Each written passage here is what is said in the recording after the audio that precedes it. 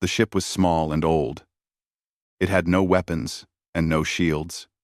It carried only 50 humans across the dark space between stars. Daniel Morrison stood at the front window and watched as the great station grew larger and larger. Nexus Prime, the center of galactic civilization, the place where 12 ancient species ruled over 1,000 worlds. Daniel was not a soldier or a scientist. He was a teacher from a small town in Ohio. But when Earth needed someone to speak for all of humanity, the United Nations chose him. They said he had a kind face and honest eyes. They said the aliens might trust him. Daniel was not so sure.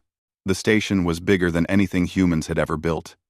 It stretched across space like a silver flower with 100 petals. Ships of all sizes moved around it like bees around a hive. Some were small and fast. Others were as big as mountains. None of them looked like anything from Earth. A voice spoke through the ship's radio.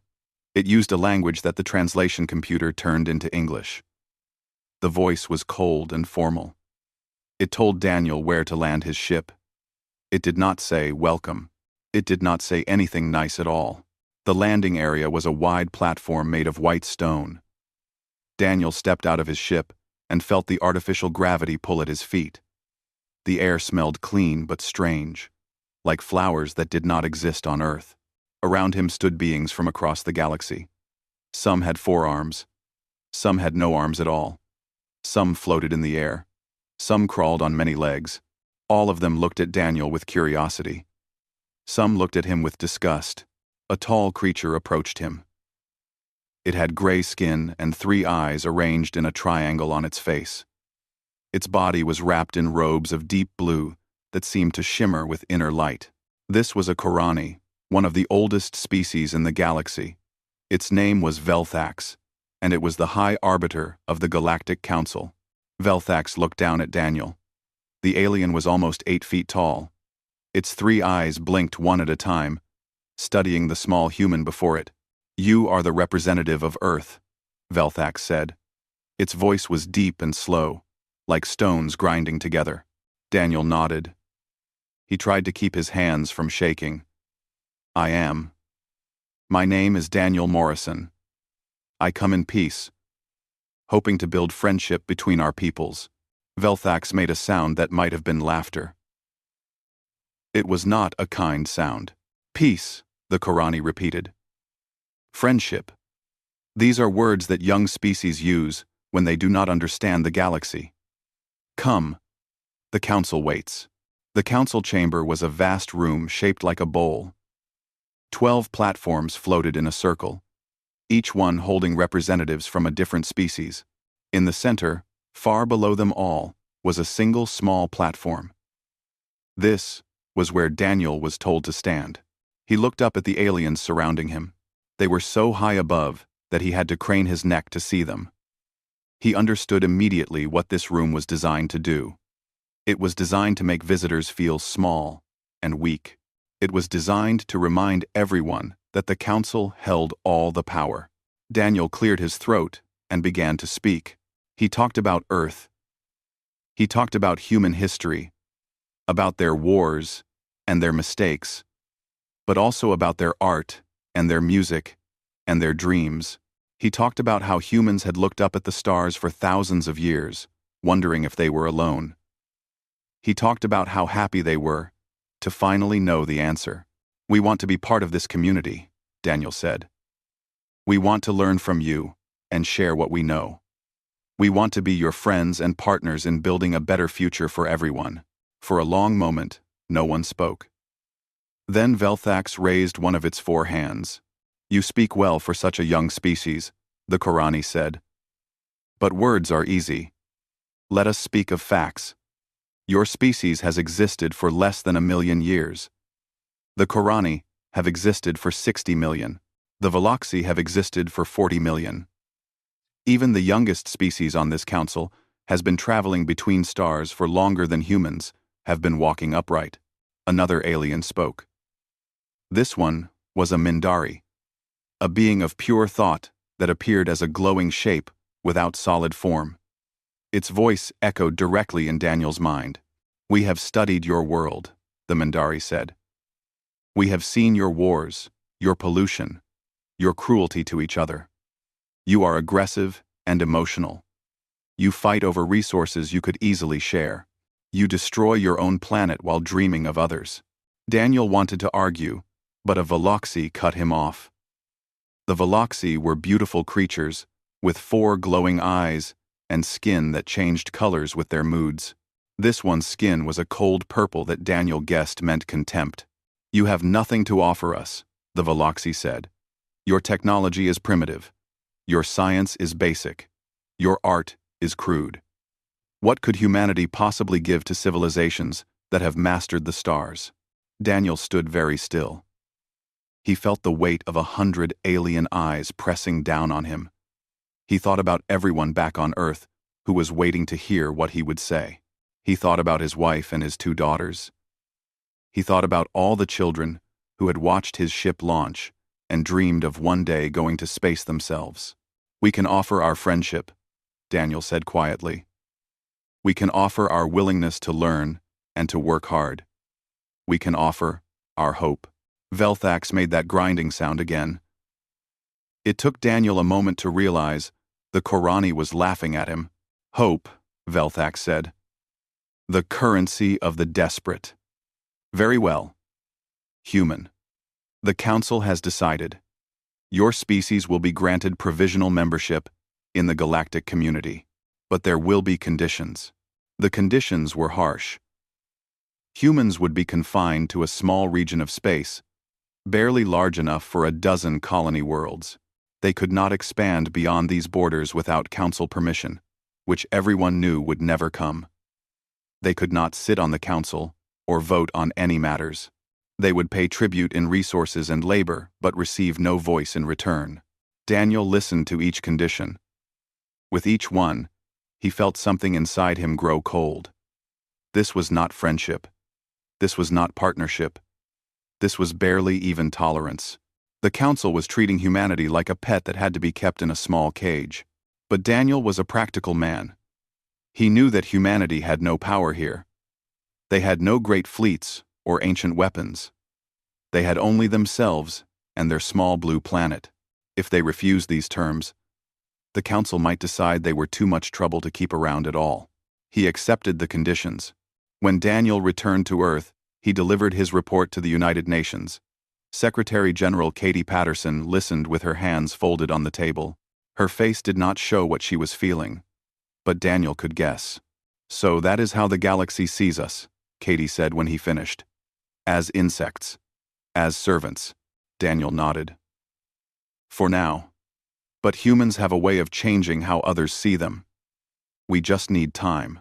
Katie looked out the window at the blue sky of Earth. Somewhere up there, beyond the clouds and the sun, the great powers of the galaxy looked down on humanity with contempt. They expected nothing from these small creatures on their small world. Katie smiled, but there was no warmth in it. "Then we will give them time," she said. "And we will show them what humans can do when they have something to prove." And so began humanity's long service to the Galactic Council. For 300 years, they worked and waited and remembered. They never forgot how they had been treated. They never forgot the laughter of Velthax. And slowly, quietly, they began to build something that the Council would one day come to regret ignoring. But that is a story for another time. 300 years passed. Earth changed. Humanity grew. And across the galaxy, in places that most aliens never thought about, human hands kept everything running. Commander Nathan Pierce sat in the captain's chair of the Starlight Horizon and watched another distress signal flash on his screen. It came from a Veloxi colony world called Thessar Prime. Their atmospheric processors had failed. Without them, the air would become poison within 2 days. 40,000 Veloxi would die. Nathan turned to his crew. "How many times is that this month?" he asked. His first officer, a woman named Sarah, with short gray hair and tired eyes, checked her records. 17, she said. 17 distress calls.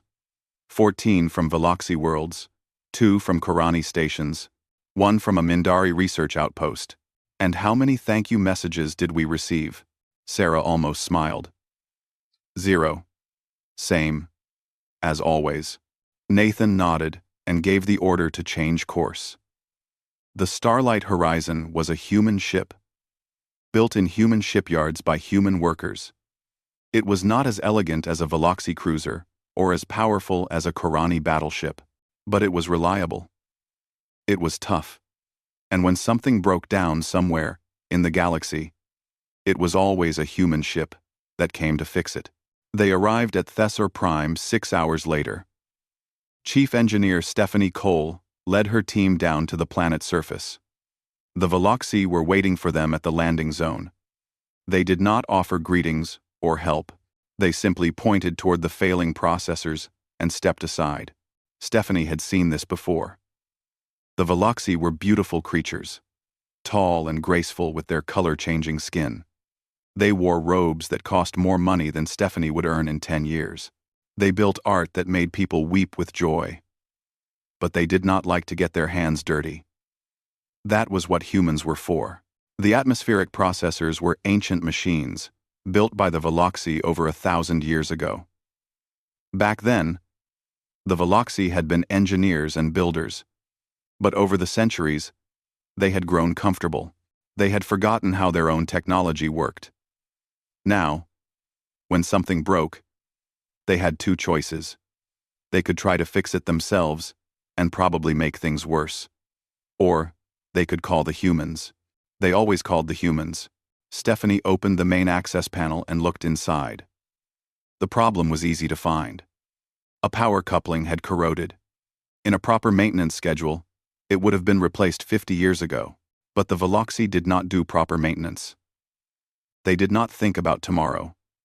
They only thought about today. She fixed the coupling in 4 hours. Her team replaced 6 other parts that were close to failing. When they were done, the processors hummed with new life, pushing clean air across the colony. The Veloxy governor came to see them off. He was tall even for his species, with skin that glowed a satisfied gold. He gave Stephanie a small bag of credits, barely enough to cover the cost of the replacement parts. "You have done adequately," the governor said. "You may leave now." Stephanie wanted to say something. She wanted to point out that she had just saved 40,000 lives. She wanted to ask why the Veloxy could not maintain their own equipment. She wanted to demand some basic respect, but she said nothing. She had learned long ago that arguing with the council species led nowhere good. Humans who complained were punished. Humans who demanded better treatment were removed from their positions.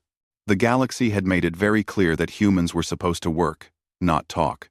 She took the credits and returned to the Starlight Horizon. This scene repeated across the galaxy every single day. Human medical teams traveled to distant worlds to treat diseases that alien doctors found too boring to study. Human construction crews built stations and outposts in dangerous areas where the council species did not want to risk their own people. Human diplomats sat in small rooms and helped angry aliens talk to each other without starting wars. On Earth, Director Kevin Walsh of the Global Strategic Council reviewed the reports from across human space. He was an old man, with white hair and sharp eyes. He had spent his whole life studying the galaxy and humanity's place in it. The numbers told an interesting story. Humans now maintained 40% of all active trade routes in the galaxy. They operated 60% of emergency response services. Their engineers kept power grids running on 300 different worlds. Their doctors had treated over 1 billion aliens for diseases that those aliens could not cure themselves. And still, the Galactic Council denied humanity a seat at the table. Kevin called a meeting with the most important leaders on Earth. Admiral Christopher Hayes came from the United Earth Fleet. He was a quiet man, with a soldier's straight back and a strategist's careful mind.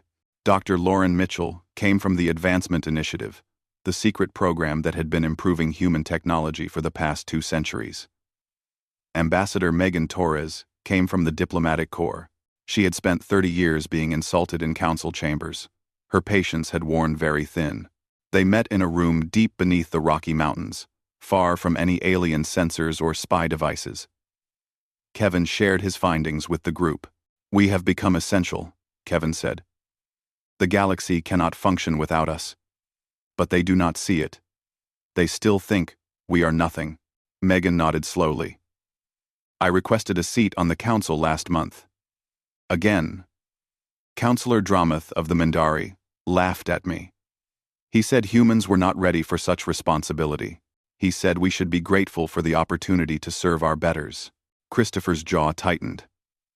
"Our ships patrol their trade routes. Our soldiers die protecting their colonies. And they call us servants." Lauren pulled up a holographic display. It showed human colonies scattered across their small, permitted region of space. But it also showed something else. Hidden among the normal structures were research stations, manufacturing plants, and storage facilities that the Council knew nothing about. "For 200 years, we have been preparing," Lauren said. "Not for war. We cannot win a war against the Council. But for something else. Something they will never see coming." Kevin leaned forward. "What exactly are you suggesting?" Lauren smiled. "I am suggesting that we show them what happens when the servants decide to leave." The plan was simple in concept, but would take decades to execute. Humans would slowly, carefully, withdraw from galactic society. They would stop accepting new contracts. They would retire from positions they had held for generations. They would take their knowledge and their skills and go home, but they would do it quietly. They would do it so slowly that no one would notice until it was too late. Kevin looked around the table. "This will hurt innocent people," he said. "When we leave, things will break down. Aliens will suffer." Megan's eyes were hard. "For 300 years, we have begged for basic respect. We have worked ourselves to exhaustion for species that see us as insects. We have buried our children on alien worlds, fighting their wars and solving their problems. And what have we received in return? Contempt, laughter, a small cage to live in while we serve their needs." She stood up and placed her hands flat on the table. "I am tired of begging. I am tired of serving. If they want to treat us like we are nothing, then let them discover what nothing actually feels like." The room was quiet for a long moment. Then, one by one, each person at the table nodded their agreement, and so the plan began. Humanity called it Project Homecoming in the official records. But among those who knew the truth, it had another name: the Quiet Exodus. It would take 50 years to complete. But when it was done, the galaxy would finally understand what it had lost. The species that had laughed at humanity would learn a hard lesson about taking others for granted, and by then, it would be far too late to apologize. The withdrawal began so slowly that no one in the galaxy noticed. That was exactly how humanity planned it. Strategic Coordinator Andrew Blake sat in his office on Earth and watched the status reports flow across his screen. Each report represented another small step in Project Homecoming. A human engineer retiring from a Korani power station. A human doctor leaving a Veloxy hospital. A human pilot taking one last flight before going home. None of these events seemed important by themselves. People retired all the time. Workers changed jobs. Ships came and went. The aliens saw each departure as a minor inconvenience. Nothing more. They did not see the pattern. They did not understand that each departure was planned years in advance. They did not realize that no one was coming to replace the humans who left. Andrew received a message from Nicole Chen, one of the key figures in the medical withdrawal. Nicole had worked at the Korani Central Hospital for 30 years. She had saved more alien lives than she could count. Now she was finally going home. The message was brief.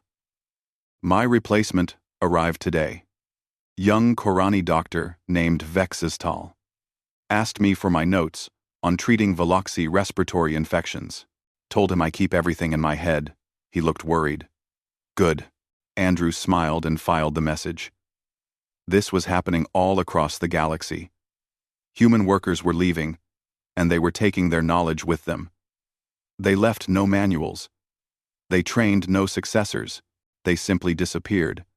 And the aliens who had depended on them for centuries suddenly had to figure things out for themselves. Most of them could not. On a distant world called Terminus Station, Fleet Commander Ryan Scott managed the military side of the withdrawal.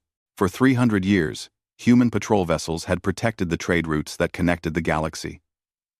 Pirates and raiders knew better than to attack ships in human-patrolled space. The humans were not as powerful as the Council species, but they were persistent.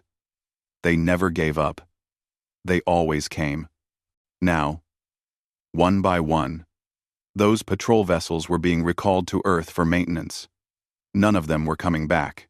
Ryan watched the sector maps change color. Blue zones showed areas still under human protection. Red zones showed areas where humans had withdrawn. The red was spreading like a slow disease across the galaxy. A young officer named Peter Grant approached his desk. "Sir, we have reports of increased pirate activity in the Thessar corridor. 3 cargo convoys attacked in the past week. The Veloxi are demanding to know why we are not responding." Ryan did not look up from his maps. "Tell them our ships are undergoing routine maintenance. We will return to patrol duties as soon as repairs are complete." Peter hesitated. "Sir, we both know those ships are never going back." Ryan finally met the young officer's eyes. "And the Veloxi do not know that. By the time they figure it out, it will be too late." The plan was working perfectly. Across the galaxy, human workers were vanishing from positions they had held for generations. Power stations lost their best technicians. Hospitals lost their most experienced doctors. Trade routes lost their most reliable navigators. And the Council species, who had spent centuries treating humans like servants, suddenly found themselves having to do their own work. Most of them had forgotten how. Ambassador Brittany Adams delivered the final official communication to the Galactic Council. She stood on the small platform in the center of the great bowl-shaped chamber, looking up at the representatives of 12 ancient species. This was the same spot where Daniel Morrison had stood 300 years ago, begging for friendship. Brittany was not begging. "Honored council members," she said, her voice calm and clear. "I come before you today with a formal announcement. The human species has decided to withdraw from galactic society." For a moment, no one reacted. Then, Velthax, the same High Arbiter who had laughed at Daniel Morrison centuries ago, leaned forward on his platform. The Korani had lived for thousands of years. His 3 eyes were cold, with ancient contempt. "Withdraw," he said. "What nonsense is this?" Brittany continued without flinching. "For 300 years, humanity has served the galactic community. We have maintained your infrastructure, treated your sick, protected your trade routes, and solved your problems. In return, we have received nothing but contempt. We have been denied representation, denied respect, and denied basic dignity." A Mindari counselor interrupted, its voice echoing directly in everyone's minds. "You were granted membership in our community. You were allowed to exist under our protection. What more could your species possibly want?" Brittany smiled, but there was no warmth in it. "We wanted partnership. We wanted friendship. We wanted to be seen as equals. You gave us none of these things. So now, we are leaving." The chamber erupted in noise. Aliens shouted and gestured. Some laughed at the absurdity of a minor species making such an announcement. Others demanded clarification. "We is having second." A few, the wiser ones, sat in worried silence. Velthax raised his hand and the chamber fell quiet. "If you wish to isolate yourselves in your insignificant territory," he said, "the Council will not stop you. We have tolerated your presence for 3 centuries. We can certainly survive your absence. Go, if that is what you wish. The galaxy will not notice." Brittany nodded once. "We shall see about that." She turned and walked out of the chamber. Behind her, the lights flickered briefly. One of the Synthar technicians made a note about power grid fluctuations. He assumed it was a minor glitch. It was not minor. It was not a glitch. It was the first sign of what was to come. In the weeks that followed, humans began disappearing from every corner of the galaxy. They did not announce their departures. They did not make scenes or deliver speeches. They simply gathered their belongings, said quiet goodbyes to the few aliens who had treated them kindly, and went home. Human cargo ships made one final round of deliveries, then returned to Earth and never left again. Human medical teams finished their current patients, then packed up their equipment and vanished. Human engineers completed their current projects, locked their tools in their boxes, and walked away. The council species barely noticed. They were too busy with their own affairs, their own politics, their own ancient rivalries. Humans had always been in the background, invisible servants doing invisible work. Now that they were gone, the council simply assumed someone else would take their place. No one did. On Earth, Andrew Blake reviewed the final reports of Project Homecoming. The withdrawal was 98% complete. Almost every human working in alien space had come home. Those few who remained were volunteers, observers who would watch what happened next and report back. Andrew walked outside and looked up at the stars. Somewhere out there, the greatest civilizations in the galaxy were about to learn a very hard lesson. They had spent 300 years treating humanity like dirt beneath their feet. They had laughed at human dreams and crushed human hopes. They had taken everything humanity offered and given nothing in return. Now they would discover what that arrogance had cost them. Andrew's assistant, a young woman named Carol Martinez, joined him outside. She looked up at the same stars with a mixture of satisfaction and sadness. "Do you think they will understand?" she asked. "When everything starts falling apart, do you think they will finally see what they did wrong?" Andrew considered the question for a long moment. "Some of them will," he said finally. "The wise ones, the thoughtful ones. They will look at the ruins of their civilization and realize that they destroyed it themselves, one act of contempt at a time. And the others?" Andrew turned back toward the building. "The others will blame us. They will call us traitors and cowards. They will say we abandoned them in their time of need." He paused at the door. "They will never understand that they abandoned us first." And with that, humanity closed its borders and waited for the galaxy to burn. The collapse began with the trade routes. For 3 centuries, human navigators had guided ships through the most dangerous regions of hyperspace. They had memorized the locations of gravity wells, radiation storms, and spatial anomalies that could tear a vessel apart in seconds. They had passed this knowledge down from generation to generation, each navigator teaching the next. When the humans left, they took that knowledge with them. The first treasure fleet vanished 3 weeks after Project Homecoming ended. The Veloxy merchant convoy was carrying rare crystals worth more than most planets produced in a year. It entered hyperspace on a route that humans had traveled safely for centuries. It never came out. The second fleet vanished 2 days later. Then the third.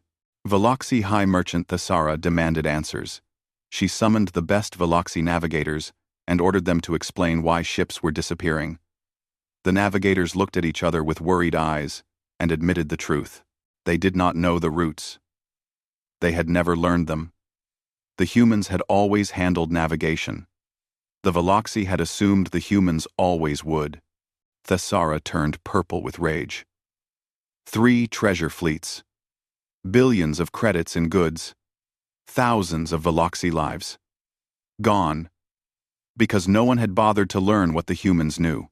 The trade routes were just the beginning. On the Korani homeworld, the central power grid began to fail.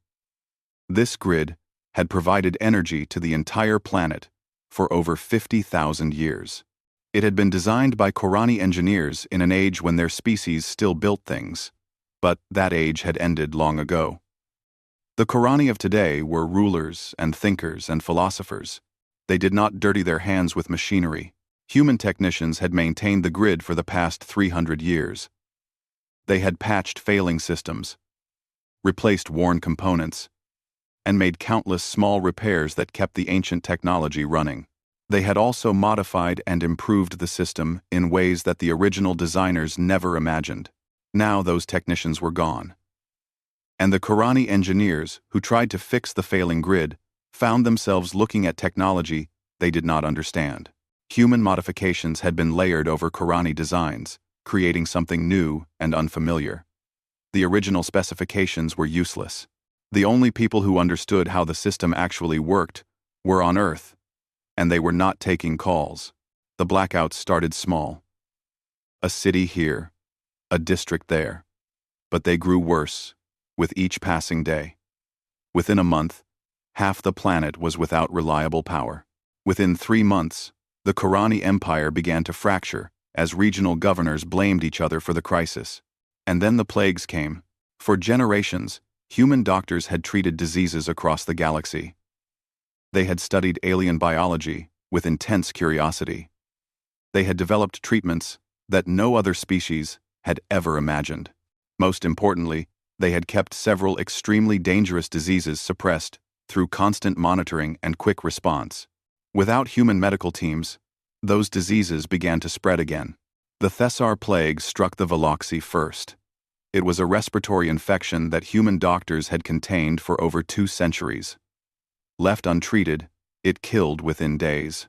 Human medical protocols had reduced the death rate to less than 1%. Without those protocols, the death rate climbed back to 60%. Veloxi hospitals were overwhelmed. Their doctors, who had spent years letting humans handle the difficult cases, suddenly had to face the full horror of an epidemic they did not know how to fight. They sent desperate messages to Earth, begging for help. The messages went unanswered. Counselor Dramath of the Mindari called an emergency session of the Galactic Council. The situation was unacceptable, he declared. Humanity had abandoned its responsibilities. They had left the galaxy to suffer while they hid in their little corner of space. This was an act of war. But even as he spoke, the lights in the council chamber flickered. The great station of Nexus Prime, the crown jewel of galactic civilization, was beginning to fail. Its systems had been maintained by human engineers for 3 centuries.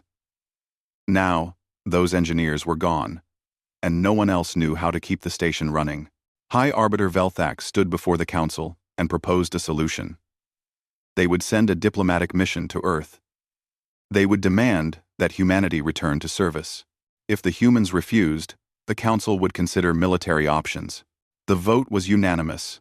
The council species were proud and ancient. They would not be abandoned by their servants. The Korani vessel, Eternal Judgment, departed for Earth within the week. It was the largest warship in the Korani fleet, armed with weapons that could crack planets open like eggs. It carried High Arbiter Velthax himself, along with representatives from all 12 council species.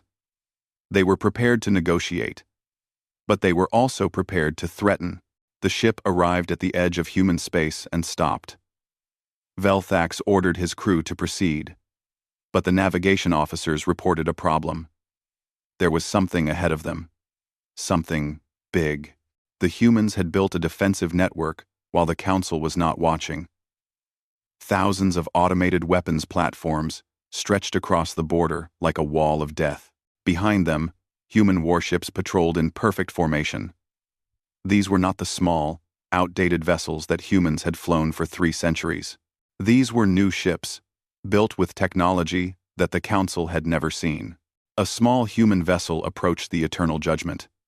It was a diplomatic courier called the Morning Star, commanded by Captain Tyler Griffin. Tyler was a young man with brown hair and calm eyes. He had been chosen for this mission because he never lost his temper. He would need that skill today. Velthax demanded to speak with Earth's leaders. Tyler politely explained that Earth's leaders had no interest in speaking with the Council. Velthax threatened economic sanctions. Tyler pointed out that humanity's economy was now completely self-sufficient. Velthax threatened military action. Tyler gestured at the thousands of weapons platforms surrounding the Korani ship. "You have spent 300 years treating us like servants," Tyler said. "You laughed at our requests for equality. You took our work and gave us nothing in return. Did you really think we were not preparing for this day?" Velthax was silent for a long moment. His 3 eyes studied the young human captain, with a mixture of rage and something that might have been fear. "What do you want?" Velthax finally asked. Tyler shook his head. "We wanted partnership. We wanted respect. We wanted to be part of your community as equals. We asked for these things for 300 years, and you denied us every time." He leaned forward slightly, his calm eyes meeting the ancient Korani's. "We do not want anything from you anymore. We are finished asking. We are finished serving. We are finished." Velthax tried a different approach. He spoke of all the good things the Council had done for humanity. He spoke of the protection they had provided, the technology they had shared, the opportunity they had given humans to be part of something greater than themselves. Tyler listened without expression. When Velthax finished, the human captain said something that would haunt the High Arbiter for the rest of his very long life. "You never needed to give us anything," Tyler said. "You only needed to see us as people. You only needed to treat us with basic dignity. You only needed to say thank you. Just once. For all the work we did." He paused, and for just a moment, sadness crossed his face. "But you could not do that. You could not imagine that a young species might have value. You could not believe that servants might deserve respect. And so you lost everything." Tyler turned away and signaled his ship to depart.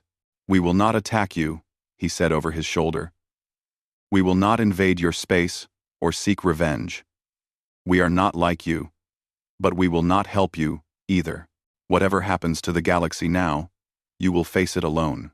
The Morning Star jumped to hyperspace and vanished. Velthax returned to Nexus Prime with nothing. The Council demanded answers he could not give. The galaxy continued to fall apart, and somewhere in human space, behind walls that no Council fleet could breach, humanity watched and waited. They did not celebrate. They took no joy in the suffering of others. But they also did not weep. The galaxy had made its choice long ago. Now it would live with the consequences. 20 years passed. The galaxy that had once stretched across 1,000,000 stars was now a shadow of what it had been. The Veloxi abandoned their outer colonies first. Without humans to maintain the terraforming equipment, the air processors failed one by one. Worlds that had supported millions of lives became toxic wastelands. The Veloxi who escaped crowded into their inner systems, fighting over resources that had once been plentiful. The Korani Empire shattered like glass. Regional governors who had once answered to the High Arbiter declared independence. Civil wars erupted across Korani space, as ancient noble families fought for scraps of a crumbling civilization. The central homeworld, once the jewel of the galaxy, fell into darkness when its power grid finally collapsed beyond any hope of repair. The Synthar retreated into isolation. They had always been artists, creating works of beauty that took centuries to complete. But their galleries and museums required precise environmental controls that no one knew how to maintain. Priceless treasures decayed and crumbled, while the Synthar watched in helpless horror. The Mindari fared slightly better than the others. They were beings of thought, not matter, and they did not need physical infrastructure to survive. But even they felt the loss.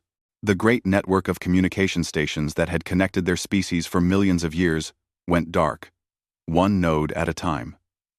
The Mindari became isolated, each community cut off from the others. On what remained of Nexus Prime, an old Mindari historian named Vex sat in a small room and wrote. She had been young when humanity first came to the Council, young enough to remember the hope in Ambassador Daniel Morrison's eyes. She had watched that hope die over 3 centuries of neglect and contempt. Now she was very old, and she wanted to record what had happened before the memories faded. She wrote about the early days, when humans had been eager and optimistic. They had truly believed that the galaxy would welcome them. They had offered friendship and received only scorn, yet they had stayed anyway, hoping that things would change. Things never changed. Vex wrote about the work humans had done. She recorded the statistics that the Council had never bothered to track. 40% of trade routes, 60% of emergency services, countless lives saved by human doctors, human engineers, human workers who received nothing in return but contempt. She wrote about the warnings that no one had listened to. A few wise voices had spoken over the centuries, suggesting that perhaps humanity deserved better treatment. These voices had been laughed at, dismissed, ignored. Why worry about the servants? They would always be there. They had nowhere else to go. The Mindari historian paused in her writing. Her energy form flickered with something like grief. She remembered the day Ambassador Brittany Adams had delivered humanity's final message to the Council. Sale Vex had been watching from the back of the chamber. She had seen something that the other council members had missed. Brittany had not been angry. She had been sad. There was no triumph in her eyes, no satisfaction in finally getting revenge. There was only the quiet grief of someone saying goodbye to something that had never quite existed. The council had seen arrogant servants making threats. Saelvex had seen heartbroken hopefuls giving up on a dream. That was the day she understood the truth. Humanity had not left because they hated the council. They had left because they finally stopped loving it. Saelvex returned to her writing. She wanted future generations, if there were any, to understand what had happened. The galaxy had not fallen because humans were essential. It had fallen because the council had forgotten how to do anything for themselves. For millions of years, the elder species had relied on younger civilizations to do the hard work. First, it was the Thessari, who were now extinct. Then the Veloxian servants, who had eventually joined the council and passed their burdens to others. And finally the humans, who had carried the weight of the galaxy on their backs without complaint. The council had grown soft. They had forgotten how to maintain their own ships, heal their own sick, feed their own people. They had assumed there would always be someone else to handle these things. When the humans left, they had nothing to fall back on. Saelvex wrote one final passage, addressed to whoever might find her words in the distant future. "We destroyed ourselves," she wrote. "We had the greatest gift the universe could offer. Billions of willing partners who wanted only to be treated with respect. We threw that gift away because we were too proud to accept it. The humans did not defeat us. They simply left, and we discovered that we could not stand on our own. All those centuries of looking down on them, and in the end, we were the ones who were helpless. If you are reading this, learn from our mistake. When someone offers you their hand in friendship, take it. When someone works hard on your behalf, say thank you. When someone asks to be treated as an equal, consider that perhaps they deserve it. These are simple lessons. We should have learned them long ago. Far away, beyond the borders that no council ship could cross, humanity continued to grow. They had not remained isolated. Within a decade of their withdrawal, human explorers had pushed beyond the edges of known space and made contact with civilizations from distant galaxies. These new aliens were strange and wonderful, their cultures utterly different from anything in the old galaxy, but they all had one thing in common. When humans offered friendship, they accepted. On a green world called New Hope, human children played under a blue-green sun. Their parents watched from nearby, smiling at the simple joy of youth. These children knew nothing of the old bitterness. They had never experienced the contempt of the Galactic Council. To them, the elder species were just characters in history books, lessons about what not to do. Ambassador Paula Wright had been born on Earth but had spent most of her life among the new alien allies. She was old now, her hair silver and her face lined with years of laughter. She had helped build something new. Something that the old council could never have imagined. Her grandson, a boy named Marcus who was 8 years old, ran up to her with a question. "Grandma," he said, "why did we leave the old galaxy? The teacher says they were mean to us, but I do not understand why." Paula smiled and lifted Marcus onto her lap. She thought about how to explain 3 centuries of pain to a child who had never known anything but kindness. "A long time ago," she said, "some people thought they were better than everyone else. They thought that because they were old and powerful, they did not have to treat others with respect. When we asked to be their friends, they laughed at us. When we worked hard to help them, they never said thank you. Marcus frowned. That was not nice of them. No. Paula agreed. It was not nice at all. So eventually, we decided to go somewhere else. We found new friends who treated us better. Are they sorry now? Marcus asked. Paula looked up at the sky, where distant stars twinkled in the growing darkness. I think some of them are, she said. I think some of them finally understand what they lost. But it is too late now. You cannot take back unkindness once it is done. You can only try to do better next time. Marcus thought about this for a moment. Then he hugged his grandmother and ran off to play with his friends, who included 3 human children and 2 young aliens from a species called the Kellerai. Paula watched them play together. These children, who saw no difference between human and alien, who judged each other only by the content of their character. This was what humanity had always wanted. This was the dream that the Galactic Council had refused to share. Later that night, Paula stood on her balcony and looked at the stars. Somewhere, out there, in the old galaxy, the species that had once ruled 1,000 worlds were struggling to survive. She did not hate them. She did not wish them harm. But she also felt no need to help them. They had made their choice. Now, they lived with it. And humanity, the young species that had once begged for a seat at the table, had built their own table. They had invited everyone who treated them with respect to sit down and share a meal. The universe was vast and full of wonders. There was room for everyone who wanted to be friends, but not for those who only wanted servants. Paula went inside and closed the door. The stars kept shining, as they always had. And somewhere in the darkness between galaxies, the old council species learned, too late, what they should have understood from the beginning. Kindness costs nothing. Contempt costs everything. And some lessons can only be learned the hard way.